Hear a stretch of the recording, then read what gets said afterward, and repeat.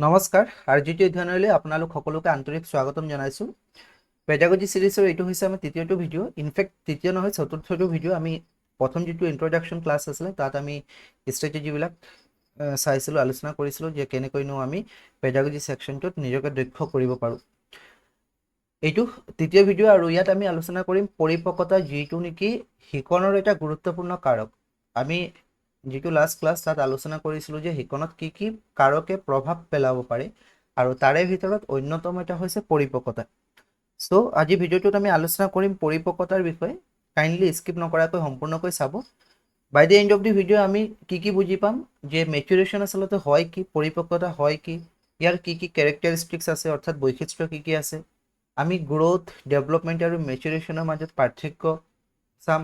লগতে শিকনত মেচুৰেশনৰ কি ভূমিকা আছে সেই বিষয়ে আলোচনা কৰিম আৰু মোস্ট ইম্পৰ্টেন্ট আমি কিছুমান PYQ চাম যে কিয় টেটৰ এক্সামত মেচুৰেশন টপিকটো ইমান পছন্দ কৰে।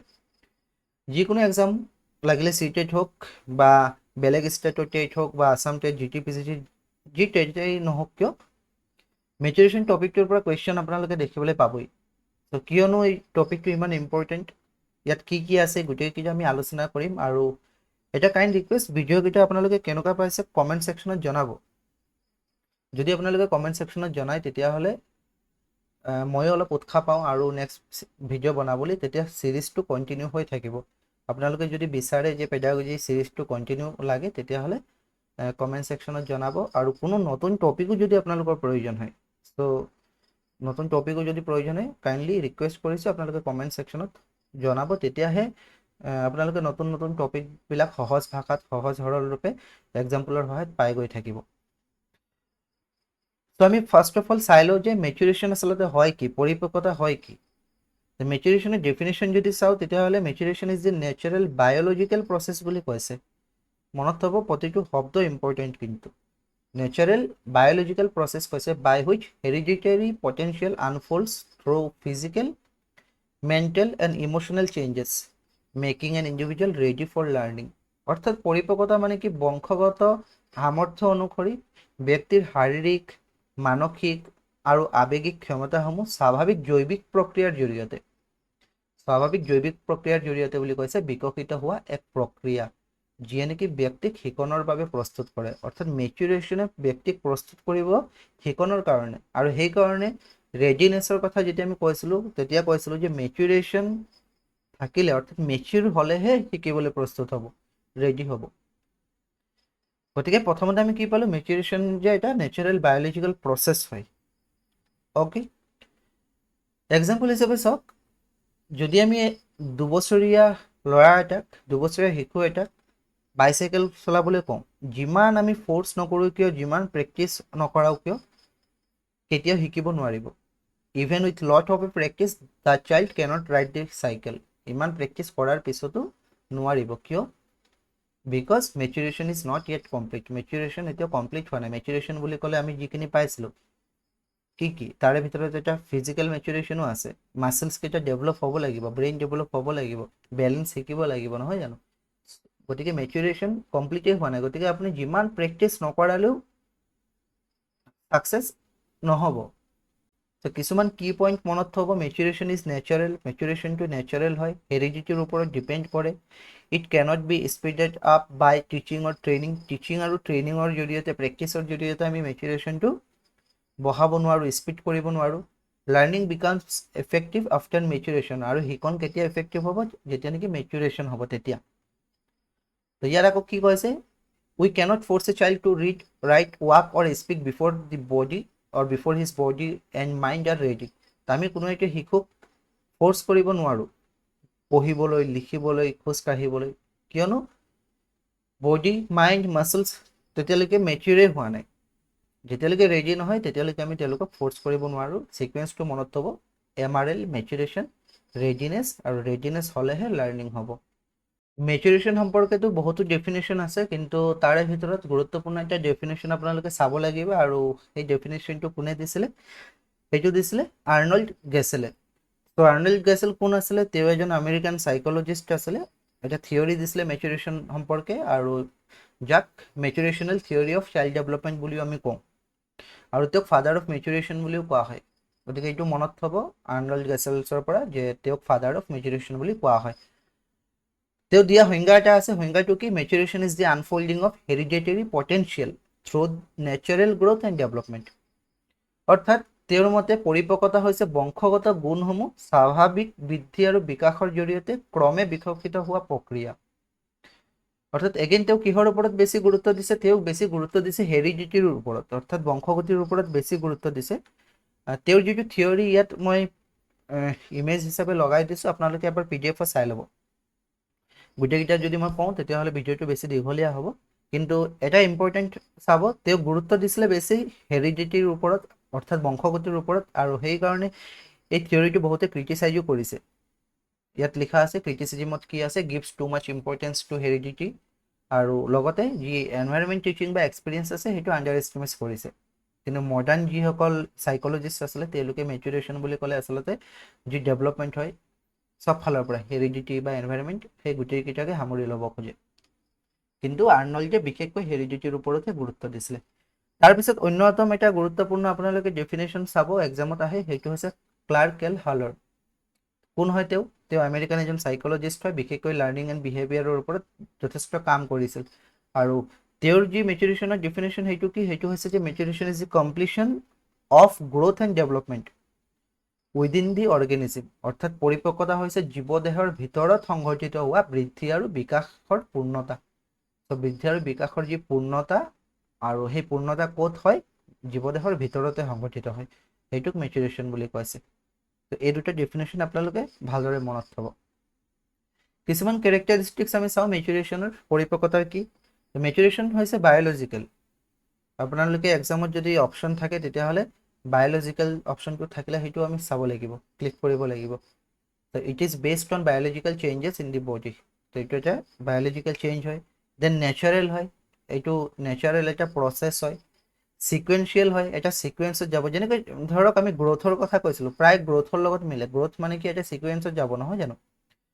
ঠিক সেইদৰে ইয়াত মেচুৰেশ্যনটো এটা ছিকুৱেঞ্চত হয়। প্ৰথমতে খোজ কঢ়া নিশিকে, বগাব, তাৰপিছত কি হ'ব? লাহে লাহে খোজ কাঢ়িব, এনেকৈ এটা প্ৰচেছতে যাব।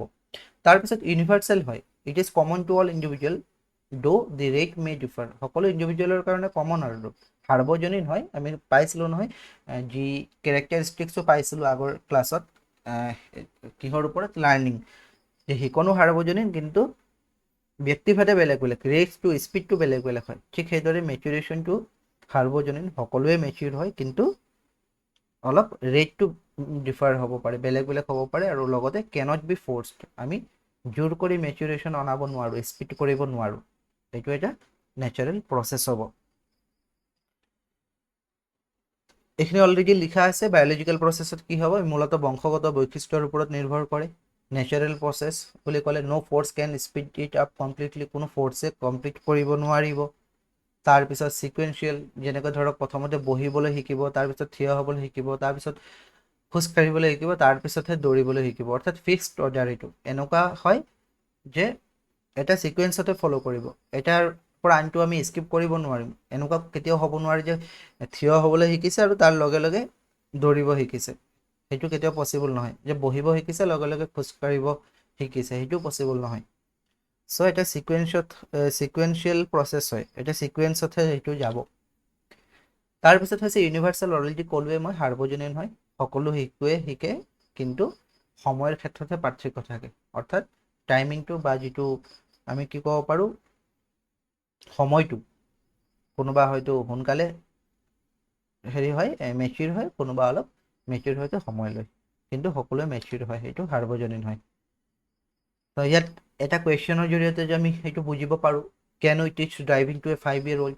5 বছৰ শিশু এটাক আমি ড্ৰাইভিং শিকাব পাৰোঁনে? কেতিয়াও নোৱাৰিব। পাৰিব জানো? কেতিয়াও নোৱাৰে। কিয় নোৱাৰে? কাৰণ এতিয়ালৈকে মেচুৰেশ্যন কমপ্লিটেই হোৱা নাই। ব্ৰেইন মেচিউৰ হোৱা নাই, চেন্স মেচিউৰ হোৱা নাই, বডি মেচিউৰ হোৱা নাই, মাচলবিলাক, লগতে ইম'চনেলো মেচিউৰ হোৱা নাই। So' maturation must be complete before a child can learn complex skills like driving. So' স্কিলবিলাক শিকিবলৈ, কমপ্লেক্স স্কিলবিলাক, তাৰ আগতে মেচুৰেশ্যন হ'ব লাগিব। আমি তেতিয়াহে পঢ়াওঁ যেতিয়া নেকি চাইল্ডজন ৰেডি হ'ব, আৰু ৰেডিনেছটো আহিব ক'ৰ পৰা? মেচুৰেশ্যনৰ পৰা। এগেইন ৰেডিনেছৰ এটা পইণ্ট আমি পালোঁ। তাৰপিছত আমি ইয়াত চাব লাগিব গ্ৰোথ ডেভেলপমেণ্ট আৰু মেচুৰেশ্যন বহুতখিনি আপোনালোকে মিল পাব আমি গ্ৰোথ আৰু ডেভেলপমেণ্টৰ বিষয়ে পিছত আকৌ পঢ়িমেই তো গ্ৰোথ বুলি ক'লে আচলতে কি হয় গ্ৰোথ বুলি ক'লে আমি যি চাইজৰ ইনক্ৰিজ হোৱা বা হাইট ৱেট ফিজিকেল চেঞ্জবিলাকক আমি গ্ৰোথ বুলি কওঁ আৰু মেণ্টেল ইম'চনেল ছ'চিয়েল এইবিলাক যদি চেঞ্জ হয় অৰ্ডাৰলি চেঞ্জ হ'ব ক্ৰমান্বয়ে সেইটো আমি কি ডেভেলপমেণ্ট বুলি কওঁ মেচুৰেশ্যন আচলতে কি হয় বায়'লজিকেল আৰু মেণ্টেল চেঞ্জ যিটো নেকি নেচাৰেলি হয় সেইটোক আমি মেচুৰেশ্যন বুলি কওঁ গ্ৰ'থটো আমি দেখি পাওঁ কোৱান্টিটিভ হ'ব পাৰে অৰ্থাৎ মেজাৰ কৰিব পৰা হয় গ্ৰ'থটো যেনেকৈ আপুনি কিমান ওখ কেঁচুৱা এটি জন্মৰ পিছত কি হয় সেইটো বাঢ়ি গৈ থাকিব গ্ৰ'থ হৈ থাকিব ওজনত আমি জুখিব পাৰোঁ হাইটত জুখিব পাৰোঁ কিন্তু ডেভেলপমেণ্টটো আচলতে কোৱালিটেটিভ হয় আমি নাম্বাৰত সেইটো মেজাৰ কৰিব নোৱাৰিম জুখিব নোৱাৰিম মেচুৰেশ্যনটো কি হয় কোৱালিটেটিভ হয় আৰু লগতে বায়'লজিকেল হয় ইণ্টাৰনেল এটা প্ৰচেছ হয় তো গ্ৰ'থতো physical aspect of the body যেনেকৈ হাইট ৱেট মাছল এইবিলাক গ্ৰ'থ হ'ব এইবিলাকক আমি গ্ৰ'থ বুলি ক'ম বৃদ্ধি এইকেইটা যেতিয়া বাঢ়িব আৰু ডেভেলপমেণ্টত কি হ'ব ডেভেলপমেণ্ট হ'লে overall abilities and function emotional social motor এইবিলাক বা মৰেল এইবিলাকক আমি কি বুলি কওঁ ডেভেলপমেণ্ট ত' এইখিনি গোটেইখিনি ডিছকাছ নকৰোঁ কাৰণ গ্ৰ'থ আৰু ডেভেলপমেণ্ট আমি আকৌ পিছৰ ভিডিঅ' এটা আনিমেই ঠিক আছে কিন্তু অকল জানি থ'ব শৰ্টত যে growth is about size growth হৈছে চাইজৰ ক্ষেত্ৰত ডেভেলপমেণ্ট হৈছে ফাংচনৰ ক্ষেত্ৰত আৰু মেচুৰেশ্যন হৈছে এবাউট ৰেডিনেছ ইয়াত এগেইন গল্ডেন ট্ৰিক হিচাপে দিয়া আছে গ্ৰ'থ তাৰপিছত ডেভেলপমেণ্ট তাৰপিছত মেচুৰেশ্যন আৰু যেতিয়া নেকি গ্ৰ'থ হ'ব ডেভেলপমেণ্ট হ'ব মেচুৰেশ্যন হ'ব তেতিয়াহে লাৰ্ণিং বিকামছ এফেক্টিভ বহুত ক্ষেত্ৰত আপোনালোকৰ কুৱেশ্যন এটা আহে যে গ্ৰ'থ এইটো কোৱান্টিটেটিভ হয় মিলাব দিয়ে ডেভেলপমেণ্টটো কোৱালিটেটিভ হয় লগতে কোৱান্টিটেটিভ হয় দুয়োটাই হয় আৰু মেচুৰেশ্যনটো বায়'লজিকেল ৰেডিনেছ হয় ৰুল অফ মেচুৰেশ্যন ইন লাৰ্ণিঙত অৰ্থাৎ শিকনৰ ক্ষেত্ৰত মেচুৰেশ্যনৰ কি গুৰুত্ব উইদাউট মেচুৰেশ্যন লাৰ্ণিং বিকামছ ডিফিকাল্ট যদি মেচুৰেশ্যন নাথাকে তেতিয়াহ'লে লাৰ্ণিং কি হ'ব ডিফিকাল্ট হ'ব যেনেকৈ reading writing speaking cycling swimming সকলো ডিফিকাল্ট হ'ব উদাহৰণস্বৰূপে আমি যদি 3 বছৰীয়া এটা শিশুক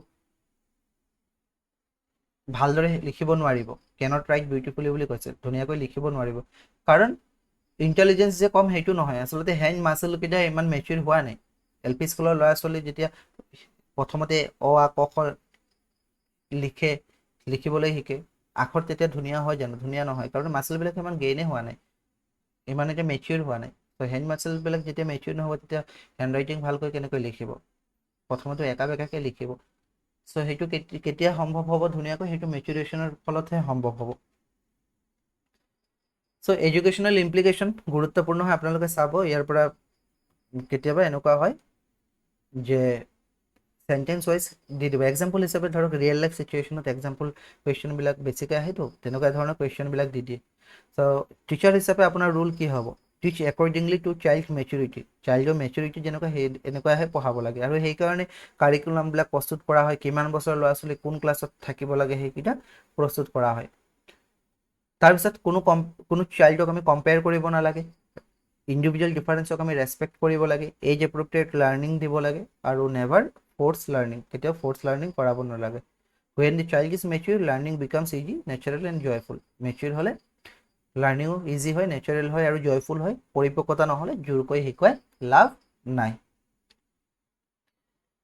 চ' কমন কনফিউজন এটা থাকে গ্ৰ'থ আৰু ডেভেলপমেণ্ট একে নেকি বহুত ষ্টুডেণ্টে ভাবে চ' গ্ৰ'থ আৰু ডেভেলপমেণ্ট একে নহয় লগতে মেচুৰেশ্যনো একে নহয় মেচুৰেশ্যন যদি আহিব তেতিয়া ৰেডি হ'ব শিশুজন আৰু ৰেডি হ'লেহে লাৰ্ণিং হ'ব এইটো মেমৰি ট্ৰিক MRLটো মনত থৈ দিব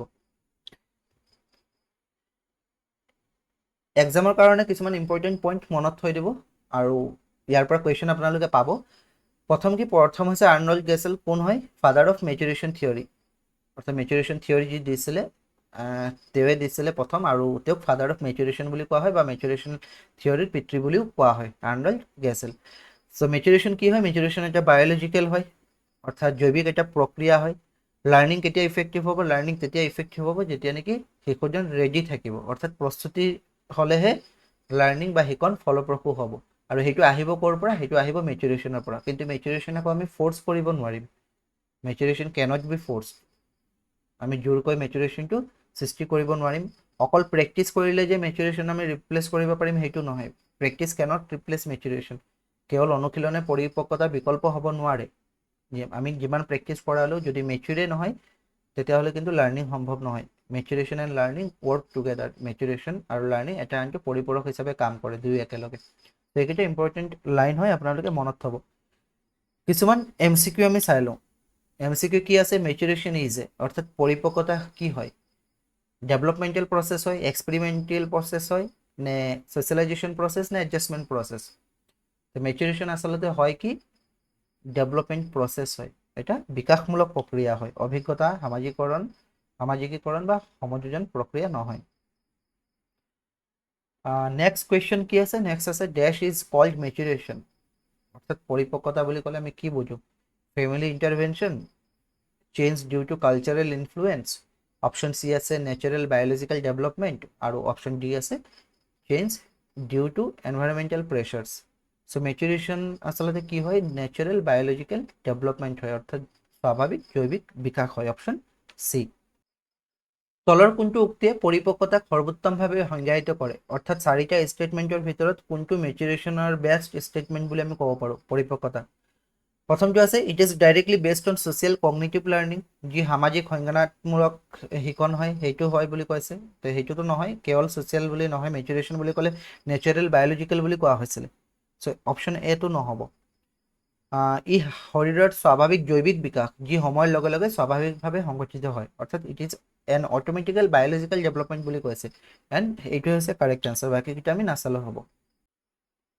কুৱেশ্যন নম্বৰ 4ত কি কৈছে? Maturation is the completion of growth and development within the organism was defined by Thorndike, Sartain, Hull নে শাৰমেন?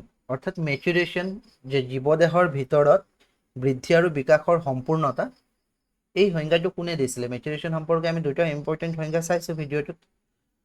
তো এই সংজ্ঞাটো কোনে দিছিলে? এই সংজ্ঞাটো দিছিলে হালে, অপশ্যন চি। কুৱেশ্যন নম্বৰ 5টো কৈছে maturation and growth cycle are determinants of, পৰিপক্কতা আৰু বৃদ্ধিৰ চক্ৰ ডেছৰ নিৰ্ধাৰক বুলি কৈছে। কিহৰ নিৰ্ধাৰক? সেইটো হৈছে ডেভেলপমেণ্টৰ নিৰ্ধাৰক, অৰ্থাৎ বিকাশৰ নিৰ্ধাৰক।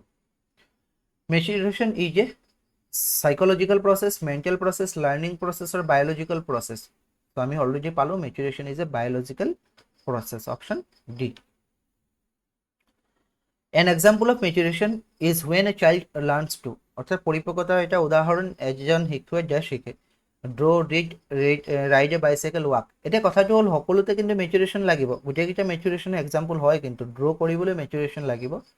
কাৰণ যদি আমি ভালদৰে মটৰ স্কিলবিলাক আমি নিশিকোঁ তেতিয়াহ'লেতো আমি ড্ৰ কৰিব নোৱাৰিম। ৰিডিঙৰ ক্ষেত্ৰতো মাচল কি হ'ব? লাহে লাহে গেইন কৰিব লাগিব, তেতিয়াহে পঢ়িব পাৰিম। প্ৰথমতেতো আৰু শিশু জন্মতে পঢ়িব নোৱাৰে।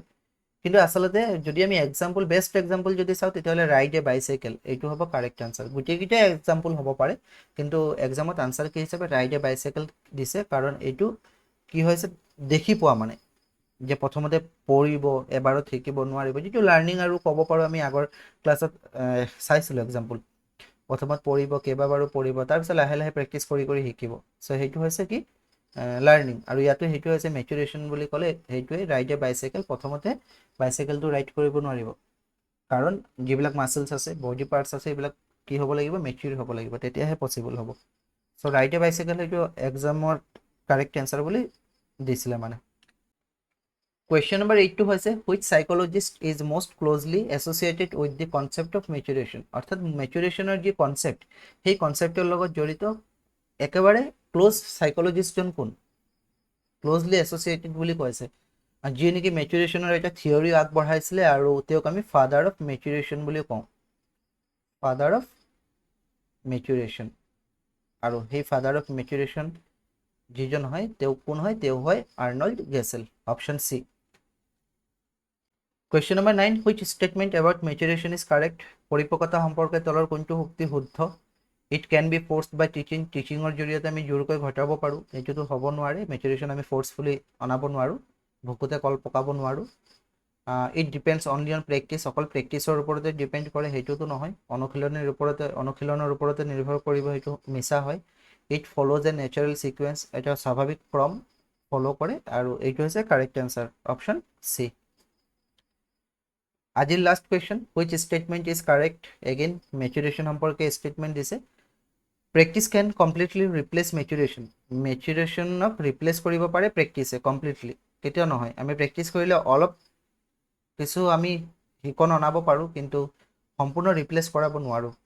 Learning is effective when the learner is mature. Learning তেতিয়া ইফেক্টিভ হয়, ফলপ্ৰসূ হ'ব যেতিয়া নেকি যিজন লাৰ্ণাৰ আছে তেওঁ মেচিউৰ হয়, আৰু এইটো হৈছে কাৰেক্ট এনচাৰ। হ'লেও আমি বাকীকেইটা চাই লওঁ কি আছে। অপশ্যন চি হৈছে maturation depends only on teaching. অকল টিচিঙৰ ওপৰত নিৰ্ভৰ কৰে, মিছা। মেচুৰেশ্যন ইজ এন আৰ্টিফিচিয়েল, এইটোতো আৰ্টিফিচিয়েল আৰু মিছা। So' option B will be the correct answer. আজি ক্লাছটো ইমানেই আছিলে। আশা কৰিছোঁ আপোনালোকে লাৰ্ণিঙত প্ৰভাৱ পেলোৱা যিবিলাক কাৰক আছিলে সেই কাৰকৰ ভিতৰত অন্যতম যিটো কাৰক মেচুৰেশ্যন সম্পৰ্কে বুজি পাইছে। যদি কিবা ডাউট আছে তেতিয়াহ'লে কমেণ্ট ছেকশ্যনত জনাব। আকৌ এবাৰ কৈছোঁ, কিবা যদি আপোনালোকৰ কুৱেশ্যনো আছে কমেণ্ট ছেকশ্যনত জনাবলৈ নাপাহৰিব। ভিডিঅ'টো কেনেকুৱা পাইছে সেইটো জনাব। যদি ভাল পাইছে লাইক কৰিব, শ্বেয়াৰ কৰিব, আৰু নটিফিকেশ্যন আইকনটো ক্লিক কৰি থ'ব, যাতে ভিডিঅ'বিলাক দিলে আপোনালোকে নটিফিকেশ্যন পায়।